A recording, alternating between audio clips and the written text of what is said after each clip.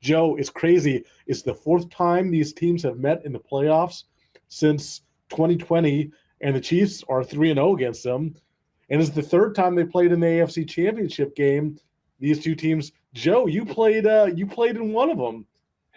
Jeff, it's so weird to say the Chiefs-Bills AFC Championship game, knowing that, back in what would have been 1994 calendar year, 93 season, going back to that, 31 years ago that this game happened. And I think the flip side of it is the fact that then it was really the established Bills, who had been to multiple Super Bowls in a row, didn't win them. We all know that story of the 0-4 in the Super Bowl, poor Bills to a certain degree. Because there were years when we didn't make it and I was pulling for them because, that was a great group of guys. I mean, Thurman Thomas, Cornelius Bennett, Bruce Smith, Jim Kelly. I mean, they were Andre Reed. I mean, that was a really good group of people. Their line, everybody on that line, Glenn Parker, who came and played for the Chiefs. Right. They just really were. Like, just speaking completely objectively, I know we all want to hate our opponents and we all want to, have them as mortal enemies, which we do. There are teams and players that we do, but really speakingly objectively with the rearview mirror of 30 plus years going back, that really was a great group of guys who kind of did deserve a Super Bowl win when you really think about it. So much talent when they had the Norwood miss against the Giants in the field goal, and you really felt for that team, even though they were the team representing the AFC in the Super Bowls and not us. But nonetheless, here we are 30 plus years later, AFC Championship at Arrowhead. It's almost like the tables have been turned, where I'm not saying the Bills are upstart. I mean, they've been a really pretty dominant team in the regular season over the course of the last several years with Josh Allen. But they're trying to break through, whereas the AFC goes through the Chiefs just as it used to be in the 90s through the Bills. So it's a very unique situation we're all in that many years later, 3 decades later, and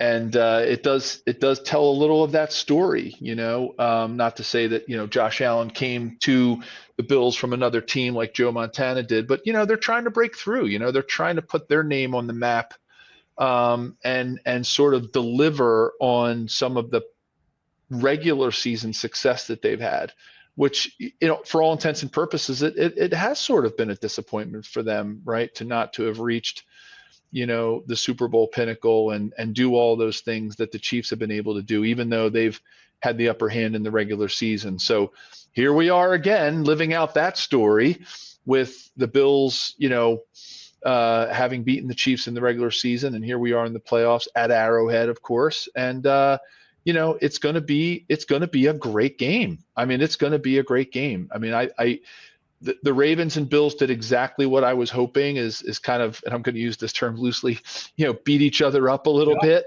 Yeah. Didn't see as many like sacks and things that could have tired Josh Allen out a little bit. He seemed to be pretty with it, from a physical perspective afterwards. A couple things I'm thinking about, Jeff, that are top of mind. The running game. When you compare what the Chiefs were able to do against the Texans, or technically not be able to do, in the running game, that sort of has me a little bit concerned. I'll use the word concerned. I'm not worried, but I'm concerned about the fact that we only rushed for 50 yards against the Texans. Didn't put up an incredible amount of offense against them. And, when you look at the Bills and what they were able to do against the Ravens, who are a really, really good football team, and I think on paper, Jeff, are probably talented, more talented and better than the Bills. I think so too. I want to get back to what you're saying about the running game, because that's such a key component. But I think the Ravens actually might be the most talented team in the AFC, but also the most mistake prone. too many turnovers, too many big plays allowed on defense. That wasn't the issue, but certainly turnovers and penalties. But yeah, back to your point on the running game, because I think that is a key both ways in this AFC Championship. Yeah, I mean, you watch Jeff what other teams are doing, and you watch, like, let's just take the Bills game we started to talk about, what they were able to do, with James Cook. It didn't have. I mean, he ran the ball a lot. Like, it wasn't like he had. He averaged like 3.9 yards per carry, which is that's not a great number. I mean, you want to see it get over 4 a little bit, because right, the way you win third down is by winning first and second. Right. And he's not somebody who's going to be gashing for 4 or 5 yards on first down, and then you get a 2 or 3 yard carry, and the next thing you know, it's 3rd and 3. Man, those are awesome situations to be in. But what Ty Johnson and Ray Davis were able to do to spell him and to average, somewhere between the two of them, somewhere around 6.5 to 7 yards a carry, that's where I think the win is. It's not so much in the grinded out stuff that James Cook was able to do. It's that the spelling that they were able to do, and sort of make those third downs a little bit easier for Josh Allen by averaging a few more yards per carry during first and second down when they would spell James Cook. So that's the part of me that, but we've said it before, Jeff. We say it every year, every game, every time we play a big running back, whether it was Derrick Henry when he was with the Titans, whether it was Josh Jacobs when he was with the Raiders. We always used to say it. Remember how it used to keep us up at night? Yeah. And then we'd always come back on, recording on the pod and be like, well, I guess that turned out to be a whole lot of nothing. He's always found a way. Yeah. So that's where our magic bullet is. That's our magic bullet. And sort of, it kind of dovetails, Jeff, to what I wanted to talk about in this game that you and I talked about, what I thought was my matchup of the game. There's a lot of great matchups in that Chiefs Texans game, but my matchup was CJ Stroud against Steve Spagnuolo. And I think every single thing came true that I wanted to see happen in that matchup. Right. Because, it's the defense against CJ Stroud because they're actually out on the field. But, somebody's got to put that game plan in place that they'll execute. And it was masterful what Steve Spagnuolo was able to do against CJ Stroud. And just, the 8 sacks, the pressure at just the right time, the disguising of coverages and blitzes at just the right time. He's a master. And this is falling into the old cliche that we've been talking about for 2 or 3 years now. The Chiefs are living out the cliche that defense wins championships and offenses win games. And that's exactly what's happening with this team again, the same way that it happened last year.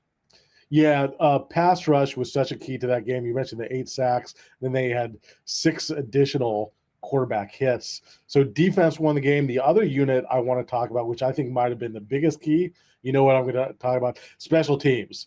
You begin the game with a 63-yard kickoff return by Nico Remigio. I mean, what a way to start. Then there's the missed field goal by Fairbairn. He's a guy who, he can hit from 60 or miss the extra point, and he also missed an extra point. And then the blocked field goal by Chenal and Reed.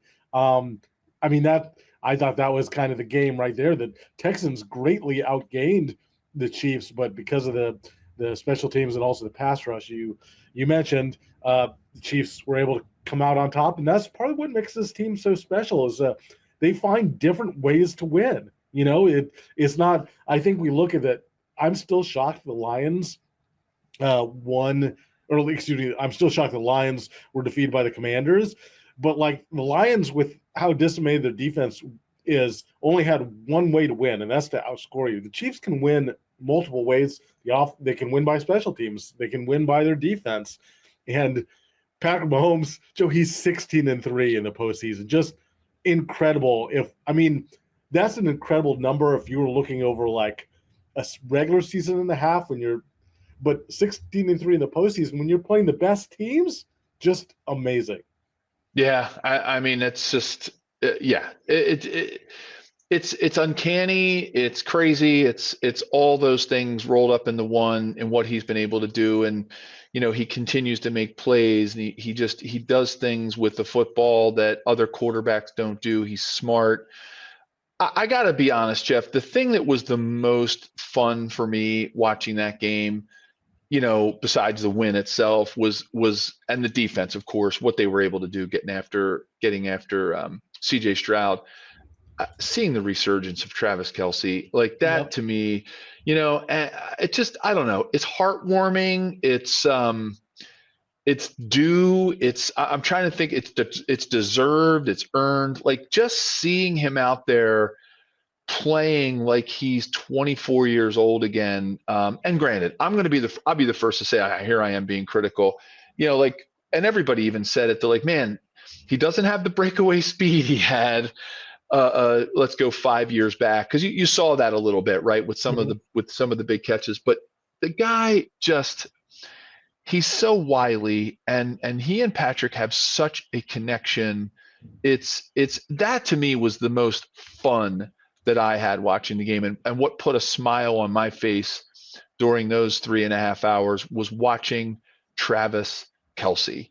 I just think, for me, that was something that, it's a playoff performance for a guy his age at a position that he plays, that was super, super just rewarding for me as a fan, and as a former player, to see that. It was, in one word, it was awesome. It was awesome, and that he's going to factor in later in our pod. He's going to be my player to watch. But first, Bet Online continues to be the world's most trusted betting platform and your number one source for online betting in 2025. Whether you're a seasoned fan or first-time bettor, Bet Online is your ultimate game day companion with the largest selection of odds on everything from football, the NBA, college basketball, the NHL, and UFC. Bet Online is the number one sports betting source for the new year. From touchdowns to three-pointers and hat tricks, Bet Online has you covered on every game, every play, and every win. Bet Online, the game starts here. Bet Online has the Chiefs favored by 2. And Joe, I really think this is going to be a close game. I think it's going to come down to the last possession, and I think it's going to be a 1 or 2 point game. My key thing that I'm looking at, Joe, I think it's all about turnovers. Turnovers will be key. We saw this so much through the playoffs so far, whether it was the Bills game against the Ravens, when the Ravens had 3 turnovers, the Lions game when they had so many. That was the difference in the game there. The Eagles game, that was the difference with the Rams turnovers. Well, the Bills are first in turnover margin. They're plus 24, but the Chiefs have been very good too. Patrick Mahomes hasn't thrown an interception since that Buffalo game, the lone loss when the starters of the Chiefs played this season. Yeah, Jeff, it's there's so many great key matchups in this game to watch for. I mean, look, we had, let's just attack it head on. We've had our conversations about Joe Tooney, what was going to happen, and the Chiefs went with them, and I think that's not going to end. I think we can all Yeah, put that aside, that Joe Tooney will be the starting left tackle. Mike you're not going to Caliendo will be. switch up before this late in the playoffs. Yeah, we got a little, you and I got a little fancy. Well, at least I'll speak for myself. We got a little fancy. We thought, oh, well, they could do this, and they could rotate in, and I thought there was a lot of different options. But you know what? The Chiefs went with what I would call the conservative route, and they went with, where they felt the best players were out on the field by position, and it's got to be what they go with now, because it's way too late to even Yep. think about Right. that. No, DJ Humphries, is as healthy as he could possibly be, is not going to be ready now to play in a game like this, where in essence, Jeff, as a 2 point favorite at home, it's almost like you're an underdog. If you think about You classic get some betting points. lines, Right. You get some they points for being at home. Right. Right. they usually give you 3 points for being at home. They usually give the Chiefs a little bit more for being at home, based on the noise and the crowd and everything that you have to do to come into Arrowhead. And it's almost like being a 2 point favorite at home for the Chiefs is almost like being the underdog. And I know they're not, because it's still, they're still a 2 point favorite, but in some ways this game is really, I think in Vegas mind and people in Vegas mind, it's a toss up. Um, when you have a team like the Chiefs, who's the multiple Super Bowl winners in the last several years, back to back, not a lot changed on their team other than some positions here and there, that they would only be a 2-point favorite at home in the AFC Championship. That's saying something, that a lot of people think that this is going to be a really close game, and I think we all think it's going to be. I don't think even the most diehard of and most optimistic glass half full Chiefs fan is thinking that this is going to be a cakewalk, or even close to it, even the way that we all kind of thought maybe the Texans game would be. Right. This is going to be a scrap from the moment it starts. Underdog Fantasy offers a unique approach to fantasy sports. With its simple pick-'em style format, you can select players you believe will outperform expectations without the complexities of traditional DFS. The user-friendly interface and growing community make it easy and fun to play. And I'm so excited for the AFC Championship game this weekend. And, the Bills and Chiefs at it again. This is going to be their fourth playoff matchup since the 2020 season. Patrick Mahomes, of course, will be the key. And it will go higher and lower than 284.5 pass and rush yards. You can go to Underdog. Other cool bets include Travis Kelce, a guy who's just crushed the Bills in the past, higher or lower on his 6.5 receptions.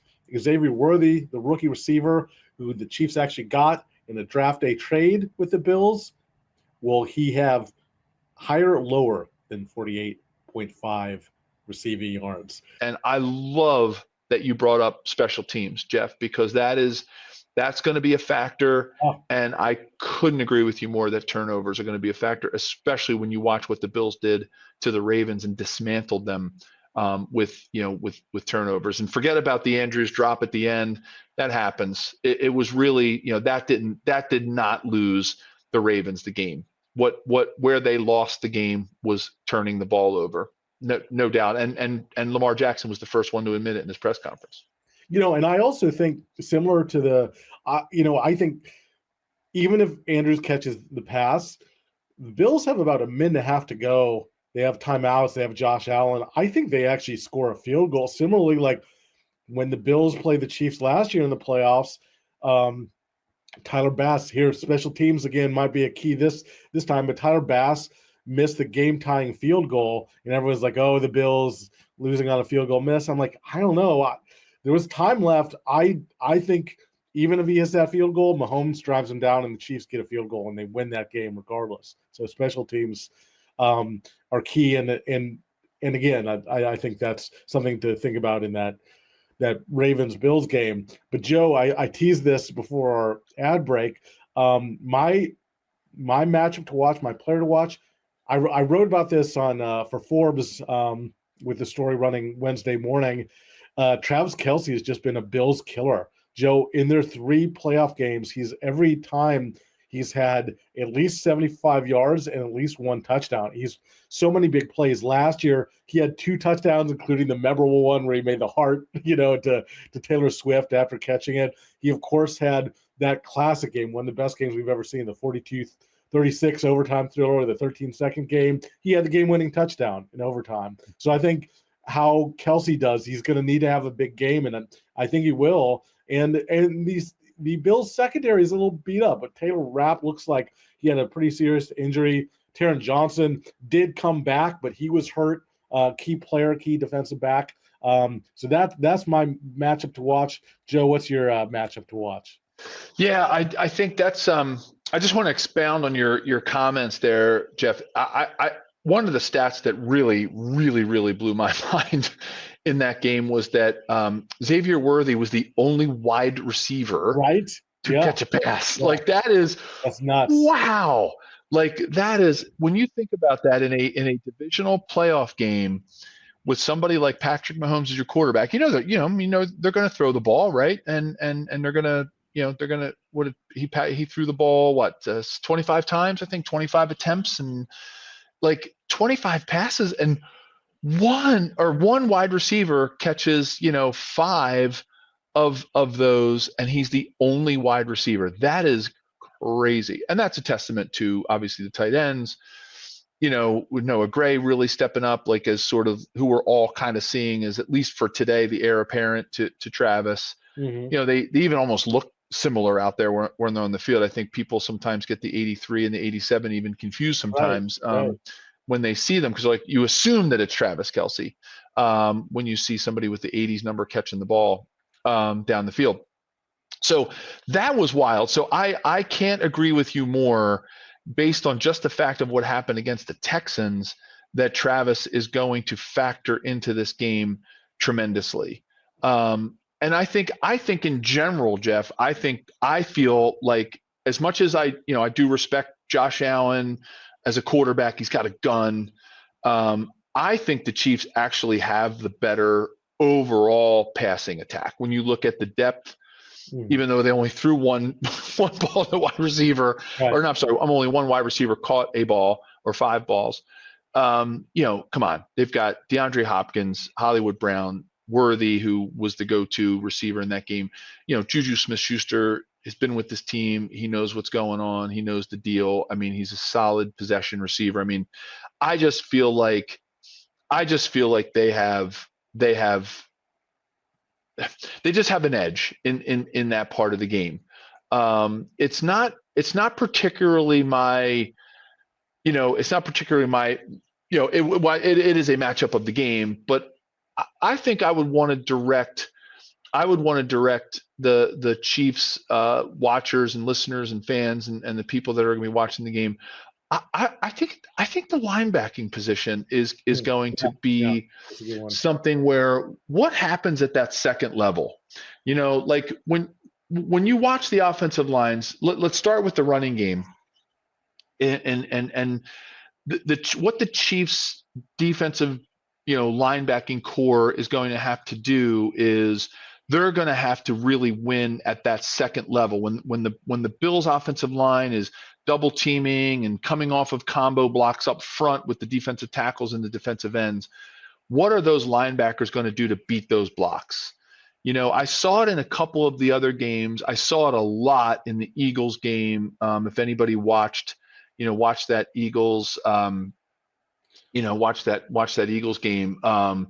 The Eagles did an incredible job of beating the offensive linemen either to the point of attack to get more tackles for loss, or to sort of stuff things up at the line of scrimmage. I think that's what the Chiefs line is going to have to do.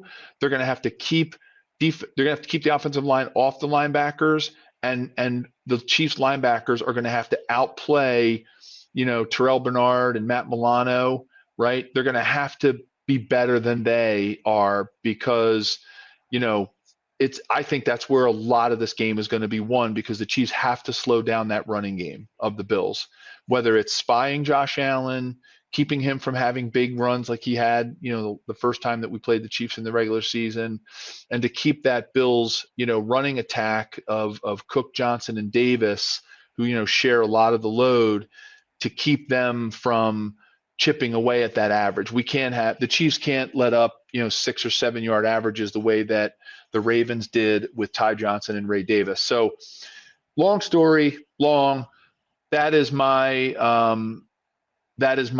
watch of the game, is what happens at the linebacker level, both on both sides of the ball, because I think that's where a lot of this game is going to be won. Great thing to watch there, Joe. We'll take a quick break here, and then more on this matchup, and including our predictions.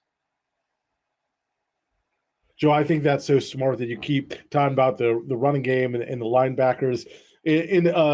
That's a major thing going both ways. That the Bills have a solid, not spectacular defense. They have good players, but they're small. Like Milano is very good. Bernard's very good, but he's a small dude. The defensive tackles, Ed Oliver, is really good, but it's like a slightish, smaller defensive line. So it goes both ways. The Chiefs, like Kareem Hunt, Pacheco, they have to have a big game in this, and they have to take advantage of that smaller Bills defensive front. Part of me thinks that this is the Bills' time, but Joe, just this game being in Arrowhead in the postseason, I'm never gonna. I can't go against Mahomes and Reed. I have before, and I've always gotten burned that on that prediction front. Just have to go with him. I think it's going to be an incredible game. I'd be surprised if it doesn't come down to the last possession. I think it's going to be 24 23 Chiefs. That's my prediction. I like it. I like it, Jeff. I'm going to be right there with you. I'm thinking, a point is tough. It's tough for me to figure out which point it's going to be. I have a feeling that this game it's not going to be super high scoring, but I'm thinking more along the lines of like 27-24. No, that was the score of the previous playoff game between the two last year's. So that's a good. Yeah. And just coincidence that I didn't even really think about that. But thanks for I kind of forgot that's what the score was. But that's what I'm thinking. I'm thinking 27-24 Chiefs. Could it easily be 28-27? Absolutely. Could it be 21-20? Yeah. I mean, I just felt like that was a number for me. I just felt like the Chiefs are going to be able to do some things in the passing game this time around that maybe they didn't do in the first game during the regular season. And I think the Chiefs are going to have an answer. I think Coach Spags is going to have an answer for the running game. And I think that and why I think it's such an important matchup, that this Chiefs linebacking core is going to be ready to stop the run.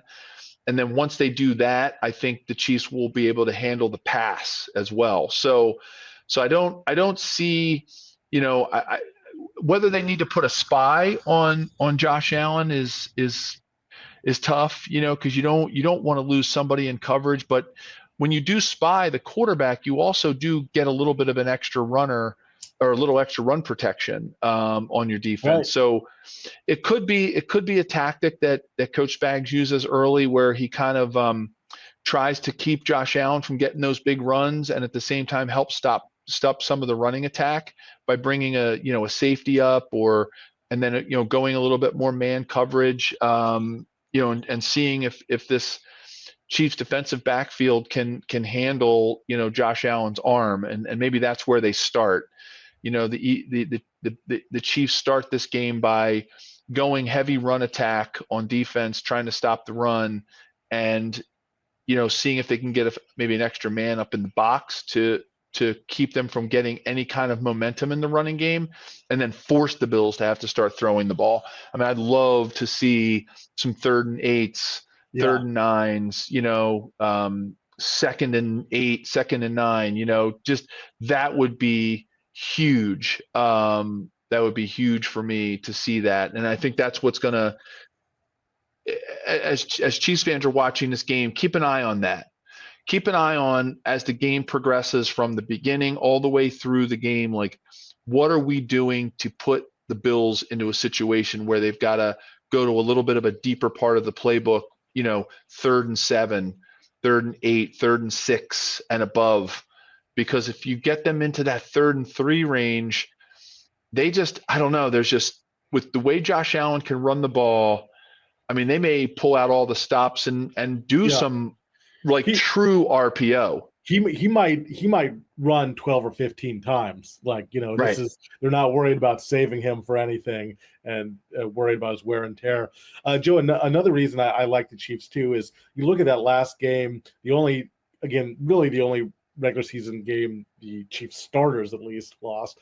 It was kind of a fluky game. I mean, Mahomes throws a pick on, I think, the second play, or if not, it was like the very first possession. That's so uncharacteristic. There was some crazy turnovers like that. The Chiefs were missing a lot of guys. They were missing Jalen Watson. They didn't have Dooney at left tackle. They didn't have Pacheco. They didn't have Hollywood Brown. Now, the Bills were missing a lot of guys too. Most notably, Matt Milano at linebacker, who's not just a good player. He's a great player. But I just think it took a lot of fluky things for the Bills to have to win. So I like the Chiefs, and I think what's going to be a great game. This is the way it should be. It should come down to Bills Chiefs. They always have fun playoff games. Joe, my last thing for you, we mentioned to kind of go back to what we did at the top of the show. We talked about how you played the Bills in the AFC Championship game.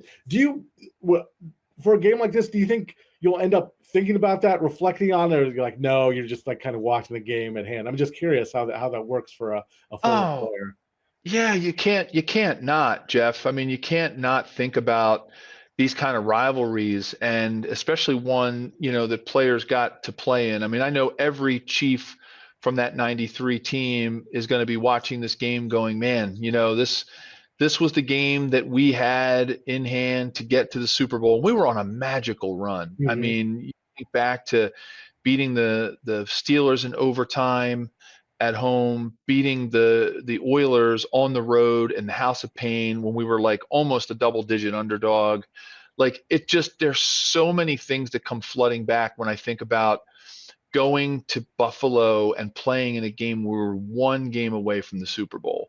And, listen, Jeff, I mean, obviously probably a little different today with the heavy use of the internet and sort of booking hotels and things. But, back then it was hard to make travel arrangements. It was harder to, do like I remember we had a hotel room for the game in Atlanta because you had to, right? Because as a player back then, I don't know exactly how it is today, but back then the Chiefs told us you got one hotel room for you and your significant other or any guest that you wanted to stay with you in your room. And they allowed that at the Super Bowl. And then they would give you one extra room in the hotel. So technically, but for yourself and someone, friend, family, or whatever, you had another hotel room. So you had two hotel rooms as a player, including your own. And so we thought, my gosh, if we make it to the Super Bowl, I've got 3 brothers, my parents, my wife, family, friends, at the time, like Matt Blunden was our, quarterback. We were high school teammates. Like, we knew there was going to be a request for somebody to come down and stay. So Jen and I ended up booking another hotel room. And we did it, and back then, Jeff, you when you booked a hotel room in a Super Bowl city, it was not refundable. Yeah. So and it had like a 4-day minimum. So because they can, right? That's right. the cities can, the hotels can, and we booked a room, and just because you had to, just as risk management, right? Just as hedging our bets. And we ended up not going, and we decided, well, we've got the tickets, the Super Bowl tickets that every player gets. You get a chance to buy the tickets. We had a hotel room. I have a lot of friends in Atlanta from college, and we said, let's just go to the game. And we decided to go. Worst decision Jen and I ever made. Like it was dreadful watching the Cowboys just completely obliterate the Bills and thinking that could have been us. Not getting obliterated, but actually being out on the field. I almost wish I hadn't gone. It was fun. It was a great experience to say I'd been to a Super Bowl and everything, and have that travel time with Jen and everything. But like it was you have to think about. I think about all those emotions and what that was like, and it was the Bills, and this is the Bills, and this is the team that's trying to break through, and it just has so many similarities to the game that it's hard not to think about what it was like to be playing the Bills in this particular game. And I think this game is going to be one for the ages. I really do. And I don't think it's going to be one for the ages because it's going to be like 45-42, and that it's going to be a scrap for every yard. And to hold on to the ball, Jeff, I'm going to go right back to what you said. The most important thing is not the performance of each quarterback. It's not, who can run for the most yards. Like, that's all going to happen in due course. This game is going to come down to whoever holds on to the football. Totally agree. Well, if you enjoy this show presented by Bet Online, please subscribe. We're available on your favorite directories: iTunes, Spotify, Google Play, Luminary, and TuneIn. Thanks for listening, and we'll be back next week.